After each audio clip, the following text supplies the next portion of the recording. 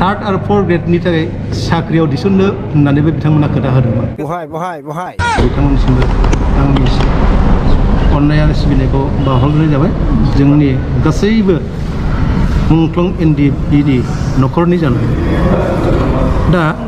बाथ्राया जाहैबाय माने जोङो बिटिसि सरकार आरो आसाम सरकार बिथांमोना जेरैनाखि सुक्तियाव जेब्लानाखि बिथांमोना दफाफोराव लिरनाय दं एबा बिथांमोना सुक्तिजों लोगोसे पाब्लिकनि गेजेरावबो बिथांमोना गावसिनि खोथाजोंनो रोखायै बुंनाय दं जे जेसेबांनाखि बर'फोरनि आन्दलन बे आन्दलनाव मुंख्लं जानाय बिर जोहोलाव एनडिएफबि जोहोलाव आरो जोहोलावजोफोर बे मुंख्लं जानाय न'खरफ्राव मोनफ्रोमबो न'खरनो बिथांमोनहा 5 लाख करि अनसुंथाइ होनायनि खोथा होदोंमोन एबा रादाय होदों। आरो बेजों लोगोसे मोनफ्रोमबो न'खराव थार्ड आरो फोर्थ ग्रेडनि थाखाय साख्रियाव थिसननो होननानैबो बिथांमोना खोथा होदोंमोन। नंगौ, जोंबो मोजां मोनदों आरो जोंबो नेनानै दङ जे जायगायाव सरकारा जोंनो खोथा होनानै दोनदों। दा बे हिसाबै जोंबो मोजां मोनदोंमोन। नाथाय दिनै जोंहा नेनाया सिमा बारनो हमबाय। मानो होनोब्ला बिटिआर एकर्ड जानानै दिनै 1 बोसोर थांबाय जों नेबाय, 2 बोसोर थांबाय जों नेबाय, दिनै 2.5 बोसोराव आगान सुरबाय। नाथाय जों नुनो मोनबाय जे बिटिआर सरकारा जे एनडिएफबि मुंख्लंफोरनि जेनाखि मोननांगौ मोन्थाय जेखौनाखि बिथांमोनहा होनो होननानै रादाय खाखानाय बेखौ बिथांमोना दिनैसिमबो होआखै। आरो बे होयैनि जाहोनाव साफ्रोमबो मुंख्लं न'खरनि मानसिफ्रा दिनै गाबखांनाय फैदों बिथांमोननि सायाव। आरो लोगोसे जों नुबाय सिन्था धारा खालामबाय जे बेखौ मोननो थाखाय जोङो गोबां नाजानांसिगोन। आरो बे नाजानायनि लामाखौ जों नागिरबाय। मानो होनोब्ला दिनैसिम गभर्नमेन्टआ जोंनि सायाव जेबो बेबस्थाखौ जों लानाय नुवाखै आरो रायखांनायखौबो जों खोनायाखै।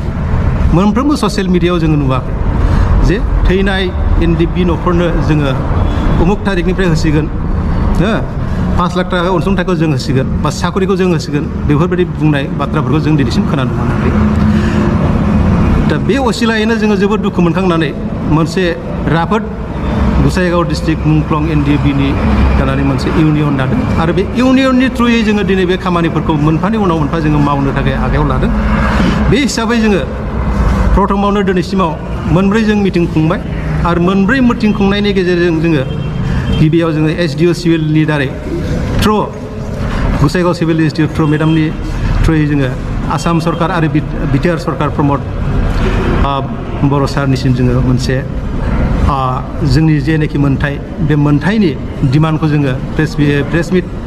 एबा जोङो माबानि थ्रुयै जोङो गथायनाय जादों मेम'रेन्डाम। आरो बे मेम'रेन्डाम गथायनायनि गेजेरजों जोङो बिथांमोनाव आसा खालामदोंमोन जे बिथांमोना जोंनो थाबैनो जोंनि मोननांगौखौ सिन्था खालामगोन आरो जोंनो रिप्लाइ होगोन। नाथाय नायबाय जोङो दिनैसिम जेबो फिननाय गैया आरो रिप्लाइबो गैया। दा बिनि उनाव जोङो थांनाय मार्च दाननि 31 थारिख मार्चआव गिबियाव बेखौ बुंनांगोन जोङो 26 थारिख मार्चआव गसाइगाव जोङो मोनसे जथुम्मा सावरायबावबाय। आरो बे सावरायनायनि गेजेरजों जोङो प्रेस मिटनि दारै जोङो आसाम सरकार आरो बिटिआर सरकार सिएम बिथां प्रमद ब्रह्म सार, deputy chief Gobinda Basumatary sir आरो फेरेंगा अर्थात रन्जित बसुमतारी सार बिथांमोननियाव जोङो गुरैयै खावलायदों, बारे खावलायदों। नाथाय जोंनि खावलायनायखौ बिथांमोना दिनैसिमबो जेबो खोनासङाखै जोङो नुनो मोनदों। आरो बे मासनि थांनाय मार्च दाननिनो 31 थारिखआव जोङो बिथां रन्जित बसुमतारी इएम सार फुंनि 7था समाव बिथांनि न'आव थांनानै जोङो बिथांखौ लोगो हमहैदों आरो गोबां बाथ्रा सावरायदों। गोबां बाथ्रा सावरायनायनि गेजेराव जोङो नुनो मोनबाय बिथाङा जोंखौ जेबो गुरुत्व होआखै आरो जोंनि बाथ्राफोरखौ बिथाङा खोनानानैबाबो खोनायै बादि बिथाङा जानानै थादों। बेयाव जोङो दुखु मोनदों। जोङो सानदोंमोन जे जोंनि मोननो गोनां मोन्थायखौ गावसिनि होनो होननानै बुंनाय बाथ्राफोरखौ जोंनि सिङाव क्लियार बुंहरगोन, जोङो बेखौ आसा खालामदोंमोन। आरो जों बिथांनियाव बारे सोंदोंमोन जे सार नोंथांमोनहा थाबैनो ससियेल मिडियानि थ्रुयै नोंथांमोनहा रायजो राजानो बुंथिनानै होदो जे नोंथांमोनहा माब्ला होगोन जोंनि एक्सग्रेसियाखौ। मुंख्लं एनडिएफोरनि 5 लाख थाखाखौ नोंथांमोना माला होगोन नाथाय जोबोद दुखुनि बाथ्रा बिथांमोनहा दिनैसिमबो होआखै आरो रिसेन्टलि बे मासनि गेजेरावनो आगस्ट दाननि 8 थारिखआव जेब्लानाखि प्रमद ब्रह्म बिथाङा प्रमद बर' सार बिथाङा गसाइगावआव फैदोंमोन मोनफ्रोमबो ब्लक डिपार्टमेन्टनि ब्लक बिडिअ अफिसारफोरखौ लोगो लानानै जेब्ला गसाइगावआव रायज्लायदोंमोन बेयावबो जों लोगो हमदों बिथांखौ लोगो हमनानै आरो बिथांनो जों गोसोखां बिलाइ मोनसे गथायदों आरो जों खावलायदोंमोन बिथांजों सावरायनो दसे सम नाथाय बे समखौ बिथाङा होनो थाखाय जोंजों राजि जायाखै दुखुनि बाथ्रा जोङो नुनो मोनदों गोबाव समनि गेजेरावबाबो बिथांमोना मुंख्लं न'खरखौ जेबो मान होआखै दिनै जायनि थाखाय सानफा उनाव सानफा साफ्रोमबो मुंख्लंनि फेमिलि न'खरफ्रा भुक्तभोगि नोंथांमोना साफ्रोमबो मोनथिगौ दिनै साफ्रोमबो एनडिएफबि थैनायनि बिमा आरो बिफाफ्रा फिसालानि अनसुंथाइ मोनगोन होननानै आसा खालाम माखासे बिमा आरो बिफाफ्रा मुंख्लं जालांबाय नाथाय फिसानि अनसुंथाइखौ मोनाखिसै आरो मोखांखौनो नुवाखिसै जोबोद दुखुनि बाथ्रा आरो गोबां मानसियानो बेबादि लामायाव थांगासिनो दं दा बेखौ जोंनि बिटिआर सरकारनि सामलायगिरि बिथांमोनहा बुजिनाय दरखार दिनैनि दिनाव ना बिथांमोनहा बुंनो सानो जे बे थैनाय एनडिएफबिफोरनि थैया बेसेन गैया होननानै ना बुंनो सानो आरोबाव बिथांमोना मुंख्लं न'खरनिफ्राय साफा साफा मुंख्लं जाबावनांगौ होननानै आं बेखौ बिथांमोनाव सोंथि सोङो दिनै बिथांमोना क्लियार खालामनांगौ जे मुंख्लं एनडिएफबिफोरनो अनसुंथाइखौ माब्ला होगोन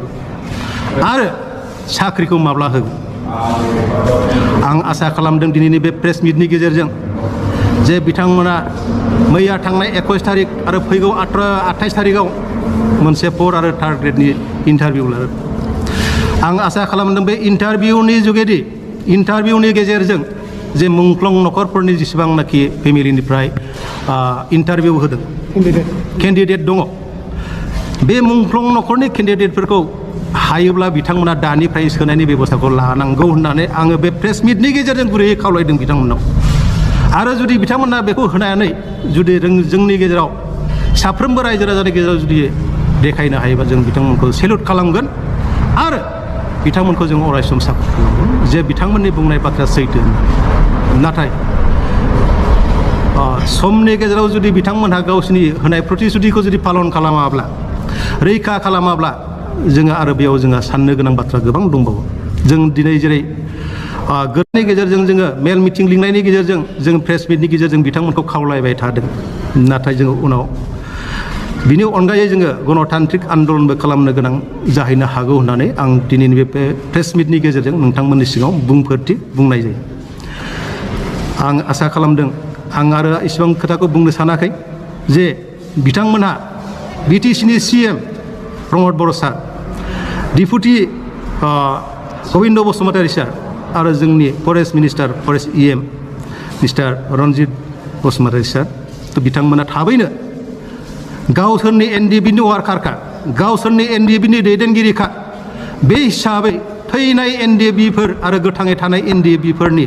जे एक्सग्रेसिया जे मोननांगौ मोन्थाय बिथांमोना खुब खम समनि गेजेरावनो होगोन होननानै आं आसा खालामो दा आं जोबनाय समाव बिथांमोननिसिम मोजां फैगौ समफोरनि थाखाय आं इसोरनि खाथियाव आर'ज खालामो जेन' बिथांमोननि मावनाय हाबाफोरा मोजाङैनो मावफुंजोबनो हायो बिथांमोना खामानिखौ आरो लोगोसे जोंनि बे मोननो गोनां एक्सग्रेसियाफोरखौ थाबैनो बिथांमोना होफुंगोन होननानै आं आसा खालामनानै आंनि बे प्रेस मिटनि गेजेरजों नोंथांमोनाव खावलायनायखौ आं बेखिनियावनो फोजोबनाय जायो।